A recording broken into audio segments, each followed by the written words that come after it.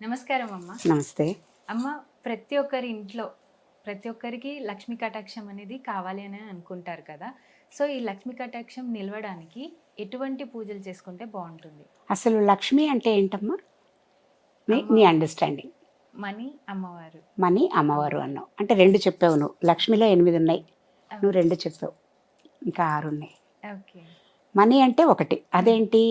మనం డబ్బుకి ఇచ్చే లక్ష్మి, డబ్బు గురించి చెప్పే లక్ష్మి ధనలక్ష్మి. తర్వాత ఇంకోటి ఏదో అన్నావు, అమ్మవారు, అమ్మవారు శక్తి, ధైర్యలక్ష్మి. 2 అయ్యాయి. అష్టలక్ష్ములు మనం పూజిస్తున్నాం కదా లక్ష్మీదేవిని. మిగిలిన 6 లక్ష్ములు ఏమిటి?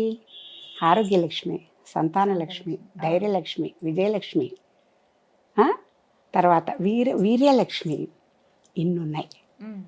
అయితే ఆదిలక్ష్మి. ఇట్లా అసలు లక్ష్మీదేవి మనకి ఇలా తీసుకున్నప్పుడు చూస్తే కనుక ఏంటంటే, ఏదైనా విష్ణుమూర్తి కన్సార్ట్ అంటే అర్ధాంగి లక్ష్మి అని చెప్తాం మనం పురాణాల ప్రకారం తీసుకుంటే. విష్ణుమూర్తి దేనికి సింబాలిక్? శివుడేమో మనకి ఎండ్, బ్రహ్మ పుట్టిస్తారు, తర్వాత నారాయణుడు, విష్ణుమూర్తి ఏమో సస్టెనెన్స్ అంటే కంటిన్యూ చేయడానికి మన మనుగడకి హెల్ప్ చేస్తారు. అంటే మనుగడ మొత్తంకి పుట్టినప్పటి నుంచి మనం చివరి వరకు కూడా కంటిన్యూ చేయాలి అని అంటే మనం చేయాల్సిన పనులన్నిటికీ కూడా ఎవరి సపోర్ట్ కావాలి? ఈ ఎనర్జీ, ఈ 8 రకాల ఎనర్జీ సపోర్ట్ కావాలి. అందుకని విష్ణుమూర్తి భార్య లక్ష్మి అన్నారు. ఎనర్జీ ఆయన ఆలోచన అయితే, ఆవిడ ఆచరణ అని. ఆవిడకేంటి, ఆవిడంతటా ఆవిడేమి ఎవరికి వెళ్ళి కరుణించదు. విష్ణుమూర్తి ఇట్లా ఫలానా ఆయనకి ఇవ్వు, ఇది ఇవ్వు అని. మీకు గుర్తుండి ఉంటుంది, కుచేలుడి ఉపాఖ్యానం అప్పుడు కూడా మనం చెప్పుకున్నాం. కుచేలుడి దగ్గరికి ఆయన ఈయన చూడడానికి వచ్చినప్పుడు కూడా, చిన్నప్పుడు ఫ్రెండ్ అని చెప్పి వచ్చి, ఆయన చాలా దరిద్రంలో ఉంటే కూడా ఆయన దగ్గర నుంచి అటుకులు తీసుకుని కృష్ణుడు ఆయనకి 3 సార్లు ఆయన తెచ్చిన తీసుకోపోయి తింటూ ఉంటే 2 సార్లు తీసుకున్నాక రుక్మిణీదేవి ఆపేస్తుంది చేయి పట్టుకుంది. ఎందుకని? లక్ష్మీదేవి అవతారంలో కృష్ణుడు ఇప్పుడు వచ్చినప్పుడు అక్కడ ఉంది కాబట్టి ఆవిడకి తెలుసు ఎంత ఇస్తే, ఎంత అనుగ్రహం ఇస్తే ఎన్ని జన్మలు వాళ్ళు బ్లెస్ అయి ఉంటారు ఆ ఫ్యామిలీ అంతా అని. సో ఇంక ఎప్పటికీ మనం ఊడిగం చేస్తూ ఉండాలి ఆయనకి. అట్లా వద్దు, చాలా ఇచ్చారు మీరు, ఇంకా చాలా అని చెప్పి చేయి పట్టుకుని ఆపుతుంది. విచక్షణ. ధనం ఎక్కడుంటుంది అంటే, మీరు ధైర్యంగా ఏదైనా పని చేసినా కూడా ఆ ధనం సద్వినియోగం అవుతుందా లేదా, ధార్మికంగా సంపాదించిందా కాదా, అది ఏ దీనికి పర్పస్కి యూజ్ చేయబడుతోంది అనే దీన్ని బట్టి ఆ లక్ష్మి అనుగ్రహం వాళ్ళ మీద ఉంటుంది.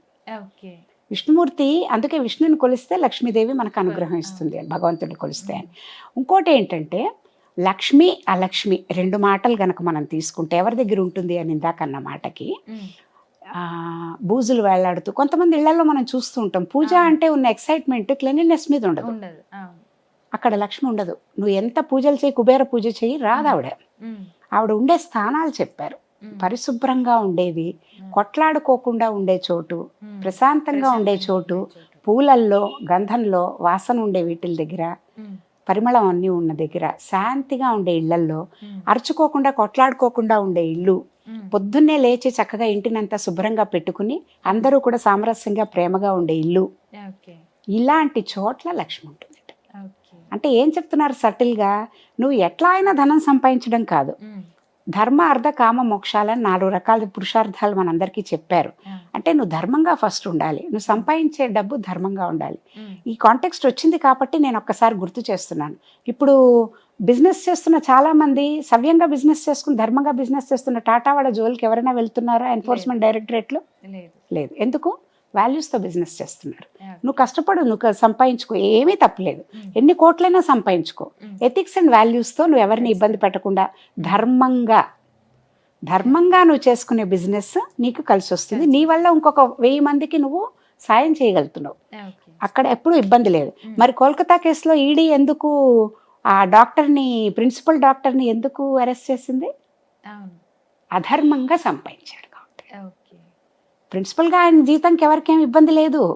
ఆయన చేయాల్సింది కాకుండా అధర్మంగా, అంటే దేన్ని వదలలేదు. ఎక్కడెక్కడైతే అవకాశాలు ఉన్నాయో ఆ ప్రతి అవకాశాన్ని వినియోగించుకుని తన ధార్మికంగా కాకుండా సంపాదించాడు. దానికి ఎప్పుడూ కూడా మనకి పనిష్మెంట్ ఉంటుంది. అంటే ధర్మంగానే అర్థం సంపాదించాలట. ధర్మ అర్థ కామ మోక్ష, ఆ 4 ఉన్న సీక్వెన్స్ చూసుకుంటే ధర్మంగా ధనం సంపాదించాలి. అర్థ అంటే డబ్బులు, ధర్మంగానే డబ్బులు సంపాదించాలి. కామ మోక్ష అంటే కోరిక, కామ అంటే. మోక్ష అంటేనేమో మనకి మొత్తం తర్వాత ఫైనల్గా మనకి ఇంకా ఇంకేం వద్దు అని అనుకోవడం, ఓకే. అన్నీ విడిచిపెట్టి ఇంకేం వద్దు అని పరిచయించటం అనమాట. అయితే ధర్మంగానేమో ధనాన్ని సంపాదించాలట, కోరికనేమో మోక్షం వైపు తిప్పుకోవాలట. మన పురుషార్థాలు 4 అలా చెప్పే మనిషికి ఎలా పడితే అలా ఉండమని లేదు. ఇప్పుడు లక్ష్మి మనకి రావాలి అని అంటే నిద్ర లేచి 10ంటికో ఎప్పుడో నిద్ర లేచి 11ంటికో స్నానం చేయకుండా బ్రష్ చేయకుండా కాఫీలు తాగేసి బెడ్ కాఫీ అని, స్నానం చేయకుండానే ఏదో ఆకలేయంగానే తోచింది ఏదో తినేసి పైన కొంచెం పర్ఫ్యూమ్లు కొట్టేసుకుని స్నానం పానం లేకుండా అట్లాగే ఆఫీస్కి వెళ్ళిపోయి, ఎప్పుడో వీలైనప్పుడు మరీ ఒళ్ళు కూడా ఇంకా మరీ ఒళ్ళు గొడవ చేస్తోంది దురద పుట్టి అనిపించినప్పుడు స్నానాలు చేసి, అలా ఉన్న దగ్గర లక్ష్మి ఉంటుందా? ఉండదు. శుభ్రం ఉందా? ఎందుకు ఉండదు? దాని వెనక సైన్స్ ఏంటంటే దాని వెనక మీకు నమ్మకం కాదు. ఎందుకు అలా చెప్పారంటే, ఇప్పుడు నీకు శుభ్రత లేని చోట నీ మానసిక హెల్త్ సరిగ్గా ఉండదు. శారీరకమైన హెల్త్ ఎంత ఇంపార్టెంటో మానసికమైన హెల్త్ శుభ్రత కూడా అంత ఇంపార్టెంట్. అంటే వరల్డ్ హెల్త్ ఆర్గనైజేషన్ కూడా చెప్తుంది ఏమని, శారీరక ఆరోగ్యంతో పాటు ఎవరైనా ఒక హెల్దీ పర్సన్ని డిఫైన్ చేయాలంటే శారీరక మానసిక ఆధ్యాత్మిక 3 ఆరోగ్యాలు సరిగ్గా ఉన్నవాడే ఆరోగ్యవంతమైన వాడు అని చెప్పింది ఆవిడ డెఫినిషన్. వరల్డ్ హెల్త్ ఆర్గనైజేషన్ చెప్పిన డెఫినిషన్ ఇది. అంటే అందుకనే మనం ఏంటి ఫిజికల్ హెల్త్ బాగున్నా మెంటల్ హెల్త్ బాగాలేకపోతే సైకియాట్రిస్ట్ దగ్గర తీసుకెళ్తున్నాం. ఈ 2 బాగున్నా కూడా ఆధ్యాత్మికంగా బాగాలేదు, ఎథిక్స్ లేవు అవన్నీ అని అనుకుంటే వాళ్ళకి మనం పక్క నుంచి ఇలాంటి బోధ చేస్తున్నాం. ఇలాంటి వాళ్ళకి తప్పు ఇది ఒకటే కాదు, పరమార్థం ఇంకా చాలా ఉంది.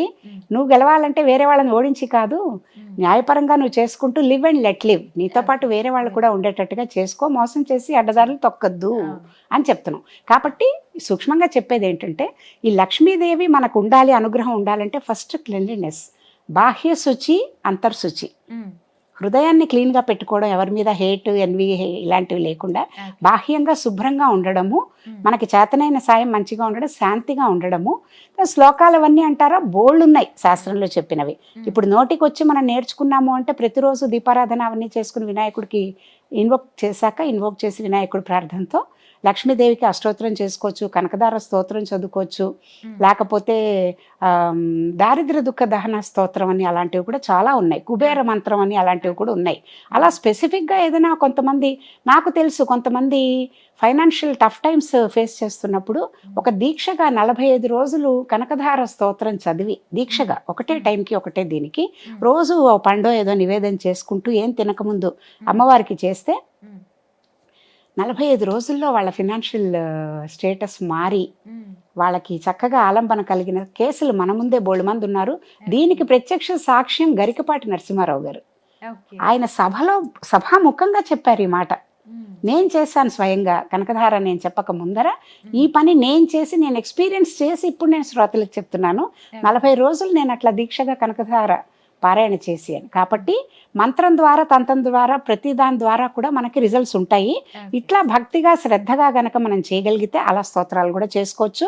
లేదు మనకి చదవడానికి తప్పులు వస్తాయి, తప్పులు చదివితే అర్థాలు మారిపోతాయి, వద్దు అనుకుంటే ఆడియో క్యాసెట్స్ పెట్టుకుని చక్కగా రోజు ఇంట్లో అదే వైబ్రేషన్స్తో వింటూ చక్కగా భావన చేసుకుంటూ ఉండొచ్చు.